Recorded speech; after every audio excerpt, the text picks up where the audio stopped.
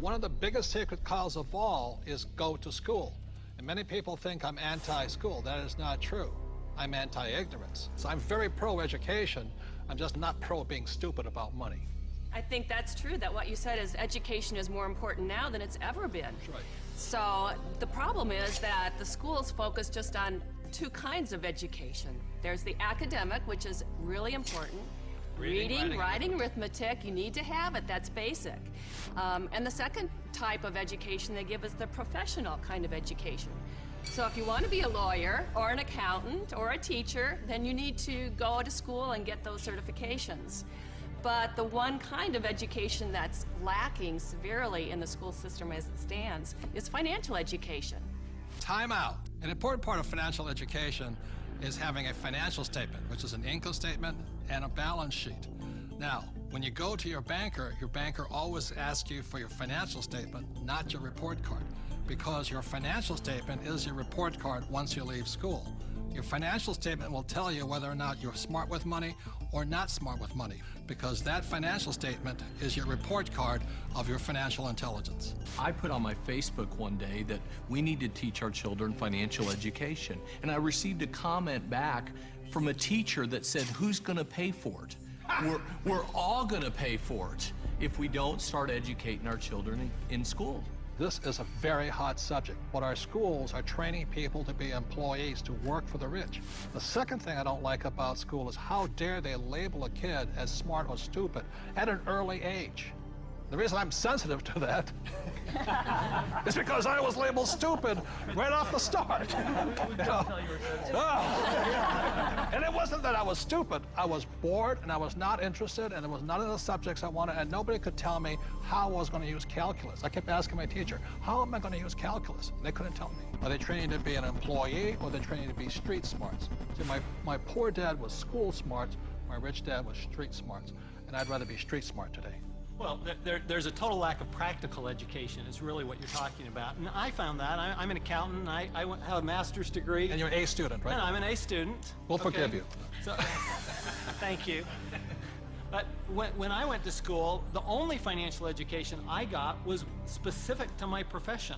Okay, there was no general financial education. I could have gone all through, gotten a master's degree, got a PhD in my field without any specific financial education about how to handle myself once I got out of school. Right, and people say to me, well, I learned economics in school. Is economics financial education? Not really. You know, it's not about investing, it's not about the laws, it's not about taxes, it's not about history. Well, Robert, as a lawyer, I see all sorts of people walk through the door. And some are highly educated, and some have no education at all, but like you said, they're street smart. And the first time I saw this type of client, I thought, wow, he's doing pretty well. He didn't go to college, but he's got all this real estate. And then there's a pattern that develops where you see a lot of people who never went to college, but are street smart and have done very well. I can just say, I was talking to a woman the other day, she's just as you're saying, highly successful doctor. Very, very successful. Medical doctor, very smart in so many ways, but when we were talking, she finally looked at me and she said, oh my God, she goes, I have not a clue about my money. She's 45 years old, not a clue. And you think that because they're successful, they know something about money. But so many people don't, because so many of us haven't had the education. School puts us in a culture of dependence. We depend on three things. We depend on a corporation to take care of us, or we depend on government to take care of us. And the scary one, I think, is we depend on institutions. You know, the people we run our 401ks to take care of us. Stock market. And we put ourselves, we rob ourselves of the independence to think freely as entrepreneurs or investors, and we just become dependent on those three entities. And it's brutal. And Mr. Maloney, you never finished school, did you? No. I failed school, but more than that, school failed me. I was dyslexic. They didn't know what it was back then, but basically, I was just like you, bored stiff. I got put in all the remedial classes, so I was in with the dumb kids, basically. They weren't teaching me anything I wanted to learn or anything that I would ever use in my lifetime. And the reason I bring up Michael, most people agree he's probably the smartest guy on this team. And the problem was, again, what Anita says, there's three kinds of education. It's academic, reading, writing, arithmetic. That's professional, become a doctor, a lawyer, in my case, a pilot. And number three is financial. But Michael was put back because of academics, because you can't read, right? Right. So how did you learn how to read? Oh, well, Apple came out with OS 10 at the beginning of the last decade. And you can just select text and hit a button and the computer reads to you. Most people don't know it's built into the operating system. But more, I developed a passion for global finance and economics, and monetary history especially. And passion drives you. Now we can't shut them up anymore. So I'm gonna blame Apple for that. School is a solo game. I didn't do well in school. I did very well in sports. And in sports, you learn to compete. You learn to deal with pressure, teams, goals. And school is more so individually. I'm competing against everybody, and teamwork is cheating in school. Some of us cheated better than others. And I'll just say last thing about school and money, which is a sacred cow. One of the things that really upsets me about schools and money is this. In America, schools are based upon real estate tax. In other words, if you come from a rich neighborhood, the real estate tax pays for better schools. If you're from a poor neighborhood, you get less money. So anytime somebody tells me schooling is about being fair, that is, when I look at the numbers side of it, is if you're poor, you're getting the worst possible education. And to me, that is cruelty. So how does a person learn about money? How does a person increase their financial intelligence? This diagram, called the cone of learning, provides some interesting clues. The cone of learning was created by an educational researcher named Mr. Dale in 1969. And what he found is that the worst way to learn is by reading or listening to lecture.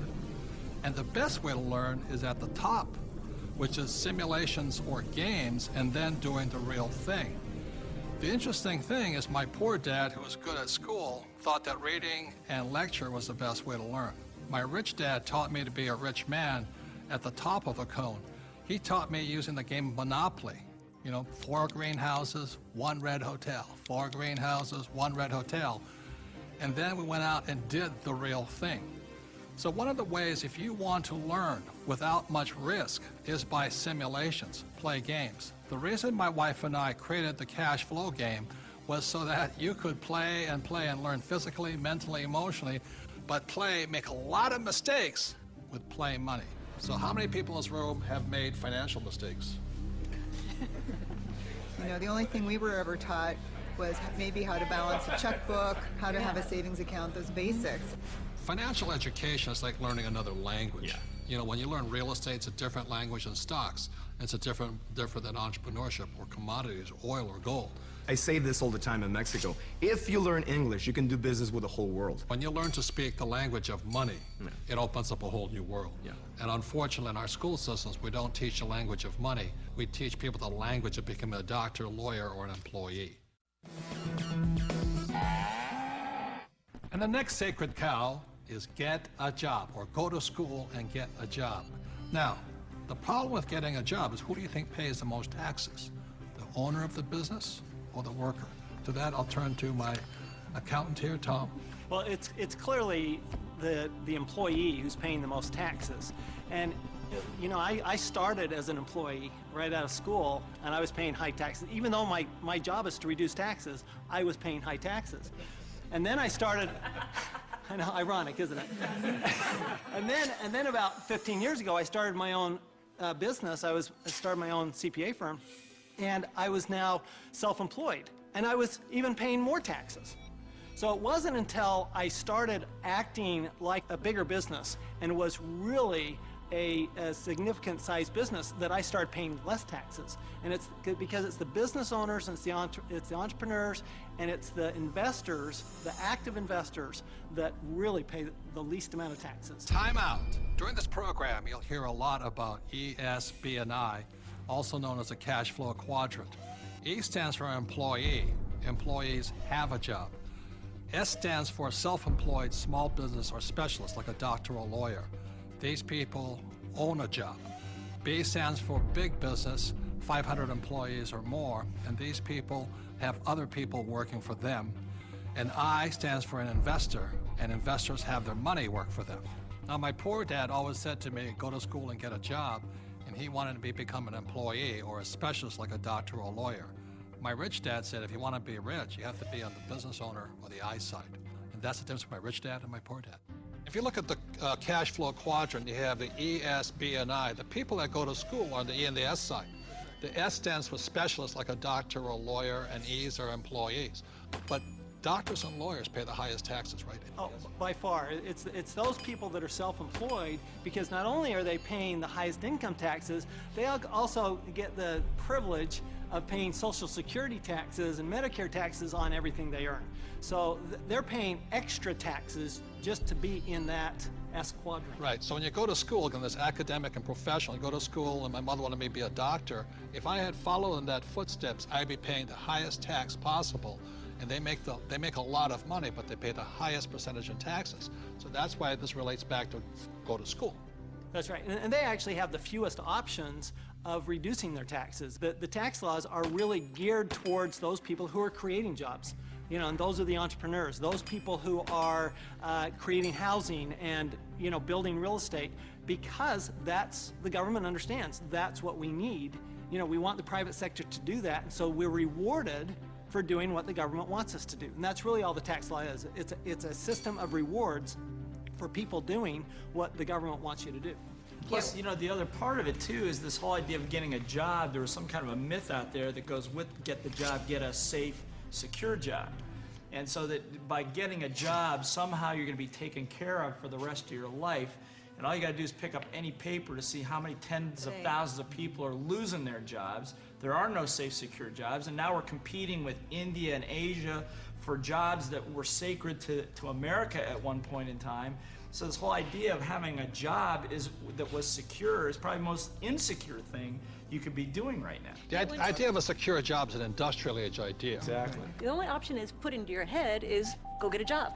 And I wasn't around, brainwashing. Yeah, I wasn't around entrepreneurs. I wasn't around business owners growing up. I was around employees. When I first started my company 15 years ago, I went back to my class reunion, which is always an interesting thing. And I remember saying to them, yeah, you know, I started a company about 5 years ago, and they looked at me like, oh, and some of them even said it. They go, you're so brave. And I'm thinking, you know, I've had this company for 5 years now. That is the longest I had ever worked anywhere.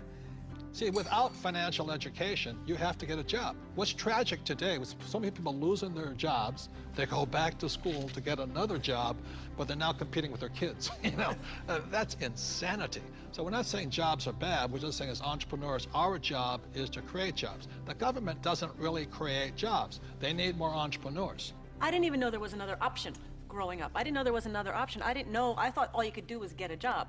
So again, it's not right or wrong to be an employee, but I'd like to know what my options are. Right, because when you were in school, did they say, go to school, get your diploma so you can become an entrepreneur? No. I mean, you'll never hear that in the school system. No, they said work your way up the ladder, get the bigger Get a paycheck, get a better job, higher pay. But you're right, job is the only option that you'll hear in school as a rule. And job stands for just over broke, you know. Well, to me, the real issue with the job is it's the highest risk profession you can have, because you only have one client. Now, you know, when I started my business 15 years ago, it was after being fired from a job. And what I recognized was that, you know what, I had no control over my life because I had one client. That was my employer. Whereas now I have hundreds and thousands of clients. One client fires me, it's not the end of the world. You know, now my risk has gone down considerably, almost to nothing, where when you have a job, I mean, it's just a high-risk play. Plus, the other thing is you're in complete control. That's the piece that I like. I like being able to, if I lose a client or you're an entrepreneur because nobody would hire you. I'm unemployable, there's no question. Tell the truth. But it's nice, like you know, like if you're going to lose some business or you do lose some business, you can go out and generate business and fill that gap. Financial security is more important than job security. Time out. E's and S's get punished for making mistakes, or they lose their job. B's and I's get richer from their mistakes because they learn from their mistakes. The next sacred cow is work hard. Because my poor dad, a school teacher, great guy, PhD, he always says, I'm a good, hard-working man. And My rich dad had a different point of view, and he had me read this book by Mark Twain. It was a story of how, I think it was Huckleberry Finn or somebody, got the other kids to paint the fence for him. He says, that's working hard. You want other people to work hard for you, and you want your money to work hard for you. That was his lesson. And a lot of people really, you know, they can't wait till Friday because they hate their work so much, and they dread Sunday because they have to go back to work. With us, I would say most of us are working 24/7, but we're working differently. And I love my work. And it's challenging, there's problems and all that stuff, but I love it. So we work hard, but we don't work hard in the normal sense of working hard. The problem with working hard for money, because the rich don't work for money. The problem with working hard for money is you pay more in what, Tom? Taxes. Taxes.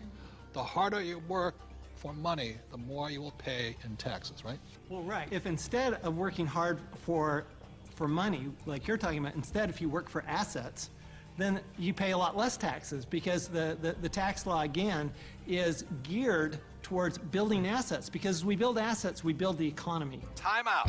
The big difference between E's and S's and B's and I's, E's and S's focus on the income statement, and B's and I's focus on the asset column. My rich dad simply said to me, he says, assets put money in your pocket whether you work or not, and liabilities take money from your pocket. For example, my house is a liability because it takes money from my pocket every single month. Yet my rental properties are assets because they put money in your pocket whether you work or not. One of the reasons so many people are struggling financially today is they're buying liabilities they think are assets. As we build assets, the economy grows, and the employees get benefits also, because now we have more jobs for more employees. But on Michael's side, why are people working so hard is because the Fed's also working hard printing money, right? Yeah, people. I've got friends that just say I need to get more hours, or I need to get a second job or something like that. They're working harder to make a few more dollars, but they don't realize that over this entire past decade, the average in real income after inflation has been falling. So the harder people work, the less they're making anyway, because the government and the Federal Reserve, the banking system, they're basically stealing it from them. Can we bring in the bags of coins right now? Thank you. I'm not going to hold that. Oh, I'll give you an example. In the year 2000, one gold coin cost $300. So this is $300 in U.S. quarters. Today, in 2010, that same gold coin, it takes $1,100 to buy the same coin. So the reason people have to work so hard to keep paying money is because the value of your dollars are going down. So the insanity of going to get another job, pay more taxes, and work harder, when how many dollars did the Fed print in 2009? From August of 2008 through 2009, they created about 1.5 times more paper dollars than it took 200 previous years to print. So that's why people are working harder, because your money is worth less. And it isn't the coin that changed. People don't understand that it isn't this price going up, it's the value of the dollar falling.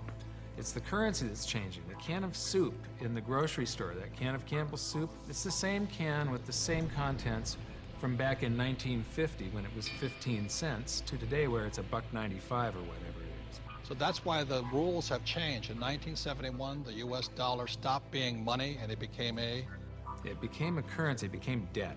It became an IOU from the federal government. And the thing is, they can print as much as they like of it. And the more they print, the harder you have to work. It all takes place in your head. Take this glass here. In this case, the glass here is context. It holds the content, in this case, the water. E's and S's have a different context than B's and I's. Having a different context, E's and S's attract the sacred cows like go to school, work hard, live below your means. B's and I's, having a different context entirely, attracts a different type of content, different type of information, different type of education. Money is created out of your head. If you're a true B and I, you're not concerned. It's because just like the Fed, we can print our own money. And now we're going to the sacred cow of save money. And in 1971, President Nixon took the dollar off the gold standard, basically took the world off the gold standard, and money was no longer money. So people are no longer saving money. So just to reiterate again, this is $300, what an ounce of gold was worth in the year 2000. So Kim, lift that. Okay. All right, and so this here is 1 ounce of gold in the year 2010, and it's now $1,100. Ugh, and this is why people are working so hard. I can do it. I can do it. Yes, I can do it. Barely. So the big reason I've said in my books for years that savers were losers is very simply because in 1971, the dollar stopped being money. It became debt. Right, Mike? Yeah, the rules all changed in '71. Before then, somebody, when they became working age, they could expect to put away 10% a year, and by the time they got into their 60s, they could retire on their savings account and expect to live off that interest. And in '71, everything changed, and they started creating currency on a massive scale. Worldwide. Ever since then, worldwide. And that is what causes inflation and the loss of purchasing power. So people thinking that they can retire, back in the 50s, if you got $100,000 or $50,000, you could retire on that. Yeah. So for my mom and dad, the World War II generation, the industrial age generation, it was very smart to save money. For our generation, the baby boom generation and on, saving money could be the most stupid thing you can do because the system is stealing your wealth through the very thing you work for, called money, which is not money anymore. Right. Real money is actually gold and silver. Money has to maintain its value over long periods of time. Currency doesn't have to. And this is historically, has always been, for thousands of years, this has been money. 5,000 years, this has been the predominant currency. It became money when somebody minted it into coins in Lydia in about 680 BC. And each unit had the same buying power as the next one. They became interchangeable. So let me ask you this. This printing of money out of just paper, this has been tried before, hasn't it? Many, many, many times, and there's always one result.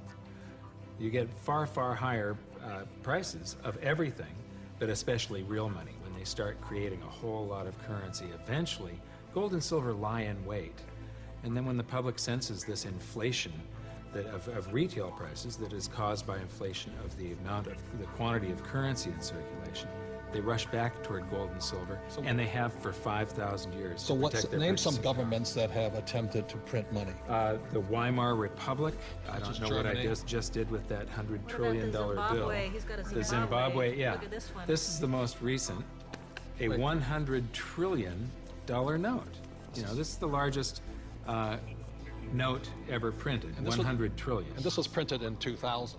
Yeah, but when Zimbabwe was created as a country, when it went from Rhodesia to Zimbabwe, they were, the Zimbabwean dollar was on parity with the US dollar. $1 US was the same as a Zimbabwe dollar. This doesn't buy anything today. It doesn't buy a cup of coffee. Doesn't even buy a cup of coffee? No. In fact, they have ruined it by putting ink on it. You can't write you can't write a list, so it would have been more valuable at this point if it was blank. Right. See, the Greeks did the same thing when they started clipping coins. They just take the silver off of it. The Romans tried it, the English tried it, the Germans tried it, the Chinese tried it, and now the US is trying it. Yep. And so that's why saving money is probably the biggest mistake you could make right now, because today money is no longer money. It's now debt. I can vouch for that because my leg is now numb. So all currencies throughout the world are in trouble, the same way this Zimbabwe dollar is in trouble. And that's the problem with saving money. After 1971, it was no longer money. More than 70% of all the currency on the planet is US dollars. If the US dollar goes, the world goes with it. I'm preparing by getting fully diversified. I buy both gold and silver.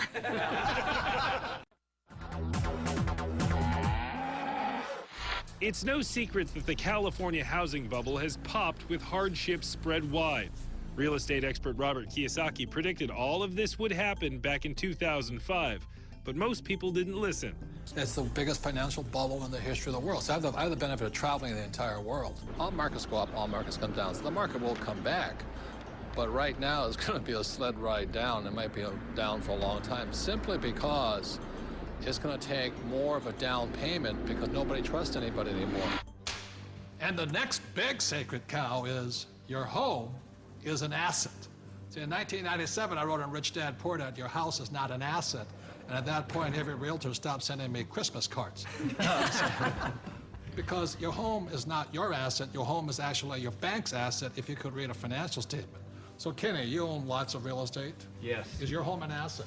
No, not my personal residence. A lot of people are in trouble today? Yeah, it doesn't produce any revenue. You know, I pay the bank every month. It's the bank's asset. Yeah, and what everybody's to tell me, my house has appreciated in value. Again, that's capital gains versus cash flow. And what the people are finding out now that the real estate market has crashed, and this is all over the world, the value of their home has been sucked out. And so now somehow people are upside down because they're really finding out it's a liability because they still have to pay the bank on that mortgage. You know, so let's say they bought a house for $200,000, they still owe $180,000, but the house is only worth $100,000 now. And they're now finding out that your house is not an asset, it's a liability. And I'll tell you, I'm the largest originator of FHA and VA loans in the entire country out of everybody. I rent. What does that tell you? But as an accountant, is a house an asset? Oh, no, you know, the bank considers it, you know, they'll say it's an asset, and the financial planners will say it's an asset, but the reality is it's not an asset unless it's putting money in your pocket. And a house just drains money from your pocket. And the thing that one of my little pet peeves is that people say, well, if you own a house, though, you get a deduction for the interest. Yes, but it's money out of your pocket, and the best you can get is 40 cents on the dollar. Okay, so you're given $1 and you get 40 cents back. You're still out 60 cents. It's not difficult math. Your home is shelter. It's a place to raise a family. But it's not an asset that you're ever going to make money on. It's not a financial asset. No, you might make money in an uptrending market, but today the market's trending down. And that's why in 1997, what I said in Rich Dad, Poor Dad, your house is not an asset, was heresy. Now people are going, oh my God, I should have listened to him. So I'm not saying don't buy a house. I'm saying just don't be financially ignorant and call your house an asset if it's taking money out of your pocket. Because Kim and I own 2 houses, one here in Arizona and one beautiful beach house in Hawaii, and they're our biggest liabilities. People did think, especially in the high times, you know, when the markets were high, they did think their house was an asset. And people, even if they had their mortgage paid off, they were borrowing against their house and putting it into the stock market or wherever they were putting it. So not only were they getting crazy mortgages, but they were taking money out against their house in second, third mortgages. Well, and they were doing it for things like vacations and boats and cars and other things like this. And the reality is the reason they were doing that is because they got to deduct the interest off their taxes. And so they thought that, well, this is okay because I get a deduction. But just because you get a deduction doesn't make it a good thing to do. Well, one of the big mistakes people make is over-improving their house. You know, they put in a $50,000 swimming pool and it brings them $20,000 worth of value. Well, the way I look at it is you just bought a $30,000 babysitter. 50% of the mortgages in Reno are underwater, meaning that the mortgage is greater than the value of the property. All right, and this affects the whole community because people aren't able to sell their homes and move to a place where they can get a better job. The neighbors aren't going to sell their house because values are so far down. So this has affected entire communities. And again, we've heard people say that your home is an asset. Well, we're talking here about financial education, and this is one of the biggest financial lessons that our country has had to learn, a very hard way, that your home is not an asset. This has happened before, and what's going to happen is new laws will come in, new credit will be loosened again here years from now, and the prices will come up again, and people will do it again. It's about a 20-year cycle as in anything. The point here is this is the best time to be buying real estate.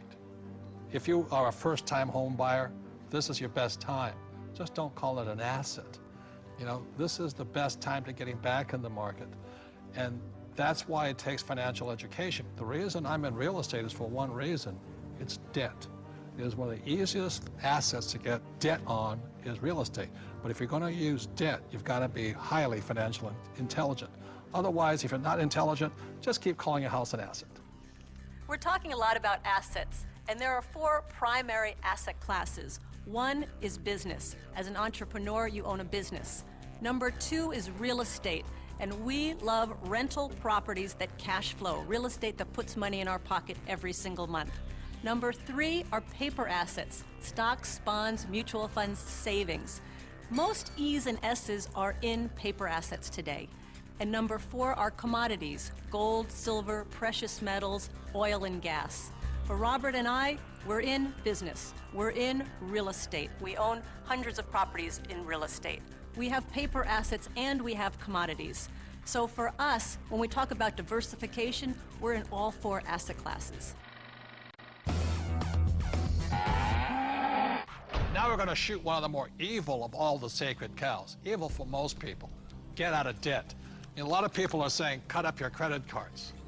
I think that's really ridiculous because a credit card is not the problem. In fact, I love my credit cards. I don't know how anybody could get along today without a credit card. But the credit card isn't the problem. It's lack of financial education is the problem. The entire currency supply, all of the dollars in existence, require debt. You can't have a dollar without debt. A dollar is just an IOU. It's borrowed into existence either by the government creating a bond which promises to pay interest, you've got to pay out of future taxes, or people create currency by taking out a loan at the bank, fractional reserve lending. Every month there's a payment due on those dollars that you created. Right, and this credit card is a fast way of creating money because there's really no money in this card. See, let's say I go to the store, there's no money in it, and I charge $100. Like magic, $100 is created and it flows into the economy. That's why debt is good. But when you abuse this, that's when we get in trouble. So I think, Mr. Rodney here, you see the horror stories of bad debt, don't you? Yeah, I've seen people walk into my office that make $150,000 a year, but they have $250,000 in credit card debt. Let's face it, we live in a credit society and you do have to have credit. And we have to learn how to survive and thrive in our credit economy that we are. But, people are walking in and they have this bad debt. They're asking, what do we do with it? Well, number one, you try to pay off the bad debt so you can invest in good debt, which would be real estate. And we love debt, don't we? Yeah, we have a lot of debt. Our real estate that we own is all basically financed with our tenants. So that's what I consider to be good debt. So when we get real estate, we get proper leverage, and it's paid by all the residents that live in all of our projects. Well, and it's not just real estate. Business is the same way. I mean, we can have good debt in business as well, so that the business is paying. We have debt in our business. That's how we grow, and it's the cash flow from the business that's able to pay the debt, and the debt creates more cash flow. Time out. Capital gains versus cash flow. See, in my opinion, 90% of the people invest for capital gains. That's why they say, well, my stock price went up or my house went up in value. That's capital gains. People like myself understand cash flow. In other words, I want a steady paycheck every single month. For example, my apartment house, every month it puts cash flow in my pocket. So if you want to be rich, you have to know the difference between capital gains and cash flow. Capital gains is technically gambling. You're hoping something will change. Cash flow is more guaranteed. I want that income every month. So very intelligent investors invest for both capital gains and cash flow. People say, I like real estate. I don't really like real estate. I just love debt because it's so easy to get a loan on real estate, right? Well, here, I like the analogy that you use sometimes. Say if you put $1 million of cash into a mutual fund, you get whatever you get paid. But if you put $1 million of it in a down payment, for some kind of a commercial project like we have, you actually buy a $5 million project. Right. So you're actually getting a $5 million asset with $1 million versus $1 million of mutual funds, and so the value you're creating on that real estate is on the $5 million, not the $1 million. Well, by using banks' leverage. And the tax benefits that you get on the real estate isn't on the $1 million either. It's on the $5 million. So you not only increased leverage on your cash flow and on your growth in your asset, but you've also increased your leverage on your taxes. Well, here's what we're doing. We get these loans, the tenants are paying them off. That's the point. You know, like, so, you know, oftentimes people don't look at that. And they're paying it off with after-tax dollars. Yeah, they're moving into our places, they're paying our rent, we're taking that rent, and we're paying our mortgages, and our mortgages are getting paid down to zero. Wait a minute. Ken's talking about these million-dollar deals. Let me tell you how I started. I'm somebody that knew absolutely nothing about money or financing or investing, and I began investing with a little 2-bedroom, 1-bath house, and this was back in 1989. The house cost me $45,000. I had to put down $5,000, of which I didn't have, and I had a mortgage or good debt of $40,000. And the reason it was good debt is because every month I would collect the rent, I would pay the expenses, I would pay my mortgage payment, and at the end of the month, I had a positive cash flow of $25. Now, it wasn't a lot, but it was a start. And from there, I learned, and I did my next investment and my next investment. So it was good debt because that debt put money in my pocket every single month. Just if people understood that there is such a thing as good debt, because I don't know how many people I talk to, but when I talk about debt, oh man, debt is the dirtiest word in the world. That's the 4-letter word, debt. Because they're not educated, no, that's why. And people are raised, and I was raised to get out of debt. You see, this is the thing. You go to a bank, and the banker will sell you mutual funds. But ask them if they will loan you money to buy those mutual funds. The answer is no. But if we go in and we say, we want to buy real estate, oh, how much do you want? It's because there's collateral. Yes. They actually have something physical. That's it. Yeah, they'll sell you mutual funds, but they won't lend you money on mutual funds. That should tell you something. That should be a quick indicator. Dear God, what are you trying to tell me? You know, and the other part about it is, too, is that borrowed money for real estate, is that after tax, pre-tax, or no tax? It's no tax. Anytime you're borrowing money, there's no tax on that money. You can use that cash. It's not taxable at all. So if somebody wants to borrow $1 million or save $1 million, it'll probably take them $2 million to save the million because tax is going to take 50% of it. Right. But I just go straight in and borrow $1 million, which they give us. It's great money. I love my banker. I'm not saying bankers are bad. They're fabulous because they give us the money. All they want is their interest. We keep all the appreciation, depreciation, amortization. We keep all of it. They're the best partners of all. So I'm not anti-bank and I'm not anti-debt. I'm anti-lack of financial education because there's good debt and there's bad debt. Your rich dad was a tough mentor. But, you know, I think some of the greatest mentors are tough because a really great mentor will push you to go beyond where you think you can go. And that's some of my best mentors. That's what they've done for me. Yeah, and I didn't always listen to my rich dad. I still remember I did the real estate course, you know, and I went running out in Honolulu, and I found this condo, and it was for $64,000, and it didn't cash flow, so I went to see my rich dad, and I said, but it's going to go up in value. In other words, capital gains. He says, never buy anything that goes up. It must cash flow. And I said, no, it's going to go up. And we argued and argued and argued.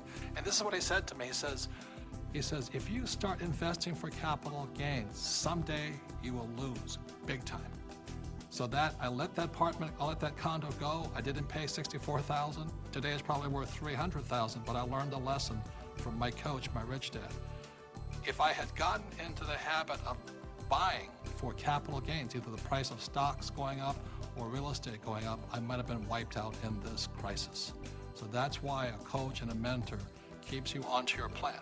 And helps you create and develop very, very good financial habits. Because if you have poor financial habits, as you're in your personal life, you're going to take those into your investment life. So one of the most important things is they will help you develop great financial habits. Because when markets go up, greed sets in, and greed makes people stupid.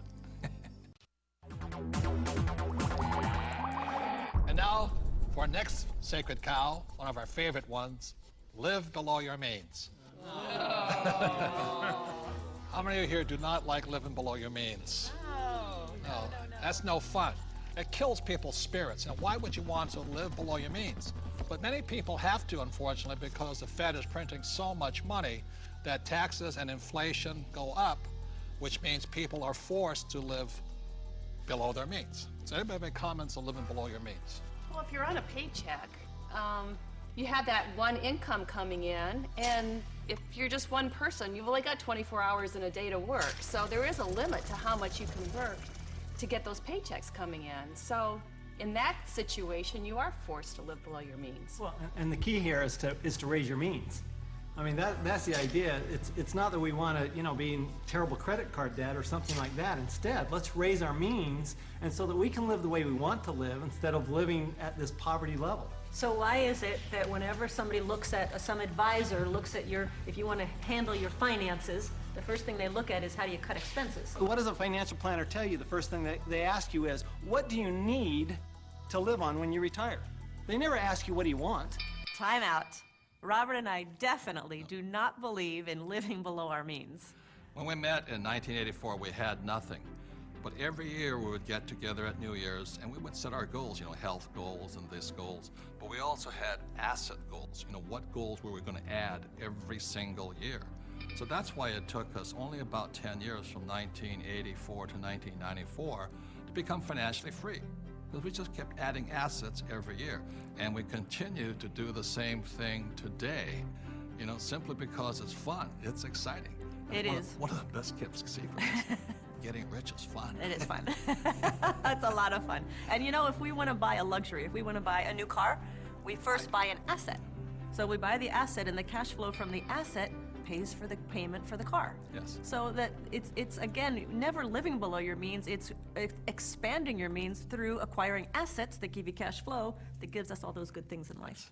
The point here is this, there's assets and liabilities. The way you increase your means is acquire more assets. Not houses, not cars, but assets. So the reason so many people struggle financially is they have no financial education. They may be a good doctor, a lawyer, accountant, or a rock star, but if they don't know the difference between assets and liabilities, and they keep buying liabilities instead of assets, they have to keep living below their means. And not even if you're single or not, if you're on a fixed income, if you're an E and an S, your income is limited. Look, there's 4 major expenses that keep E's and S's poor. Number 1 is tax, and taxes are going to go up because the Fed is printing so much money all over the world. 2 is debt. People leave college with tons of debt, credit card debt to make ends meet, and then their house because they think it's an asset. 3 is inflation. Inflation goes up because as taxes go up and prices go up, then inflation goes up. And 4th is retirement. You must put something away for the day you stop working. So those are the 4 main reasons E's and S's, as a general rule, have to live below their means. But if you have financial education and live on the B and the I side, you can increase your means by increasing assets. I think a lot of people accept mediocrity, and in order to be able to grow in business, in order to make more money, you have to step out of that comfort zone and stop being mediocre. Or hoping the government's going to save you. I think live below your means is one of the greatest spirit killers there is. There's a lot of people who like being poor. I'm not making it right or wrong, but that's definitely not what I like to do. And Kim and I, we definitely don't live below our means. No, I definitely do not like living below my means. I've done it when I was in college, you know, and that's because that was exciting times and all. But I get inspired when I have to create. When I get put in a position where I need to create something new, not contract. I want to be bigger than I am, not less than I am. And I think people are being taught to be less than they are instead of inspiring people to be more than you are. Well, and that's the issue with the idea of a budget, right? A budget is all about cutting. It's all about slicing. It's all about being less than you are. Whereas if instead you were looking at something like a strategy, or you're looking at projections into the future, what can I do as opposed to what can't I do? To me, that's the big distinction. Well, and a lot of it comes from fear too. You know, I think people are afraid of their futures. They're not sure where the futures are gonna lead them. So they think, well, I'll live below my means. I'll save. I won't allow myself to have this small luxury, that small luxury. And then, of course, you know, they fall off the wagon. Well, the worst thing is... And then they feel bad about it. Yeah, so the worst thing is they cut back on their expenses and they save money. Right, Mike? That's the worst thing they could do. Right. Depreciating money. It all goes back to the questions you ask. I mean, when you say, I can't afford it, I don't have the money for that, you know, a better question would be, how can I afford it? How can I get the money for that? Expands your mind. You know, in my community where I grew up, living below your means was pretty much a step up. Being honest. We didn't have any means, and we didn't live, and we didn't know how to live. It was basically survival. And some of the ways we created those means were, of course, by legal definition, illegal. But you know, that was the way we survived, and that was the way we got by. So now, living below your means is something is completely opposite to abundant living, which is what I believe, in my faith, is abundant living. The opposite of that, to me, is not the way that God intended for us to live. So that's why I think it's absolutely criminal our school system does not teach us much about money. And what they do teach us, they tell you put your money in the bank, which means you lose more money, and they talk to a financial planner who put you in mutual funds. That is not financial education. That is educating people to give more money to the rich. That will also cause you to have to live below your means. Yes. That's right. That's what they're training you to do. Well, and while you're at it, you're going to be paying more and more taxes because you get no tax benefit for living below your means. And that's the problem is say to a child, go to school and get a job or become a doctor and lawyer. You will pay more than your fair share of taxes, and then you too will have to live below your means. If you're playing defense instead of offense, you're just hiding and trying to play it safe and saving money, and you never manifest. You cannot be who you're supposed to be. I say it's time to get financially educated and take care of yourself.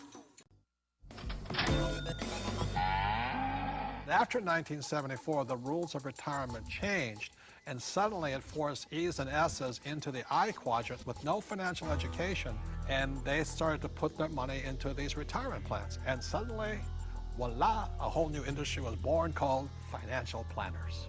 And today, it takes 30 days to become a financial planner. It still takes a year and a half to become a massage therapist. You know what I mean? It's like, what do you think of mutual funds? I think they're a great way to make money if you sell them to other people. Well, I think it's one of the worst places a person could put money. They really do. They make other people rich. You know, hidden fees, expense ratios, and you talk about the law of compound interest. Well, there's the law of compound expenses. Okay, so let me ask you this. If I say to you, invest for the long term, you know what I mean, for 30, 40 years, what do you think about that in a paper asset? You've lost control that quick. Liquidity is what paper assets are about. Your ability to sell and buy without negotiation problems. And so the moment you say, I'm going to buy this, I'm going to hold Enron, I'm going to hold WorldCom, and I'm going to hold, GM, and I'm going to hold United Airlines. Well, you can just go on and on. How about Pan Am? But the moment you decide to hold that, what control do you have? None. In real estate, you can force the appreciation, paint it, carpet. You can't do that with paper. Right. Well, your only control is to sell. If you hold it forever, you're rolling the dice and saying, I hope it works out. Right. There's a lot of people say, stocks are the best way to go and don't get into real estate. A lot of these financial advisors. But the stocks are good for people who are not business people.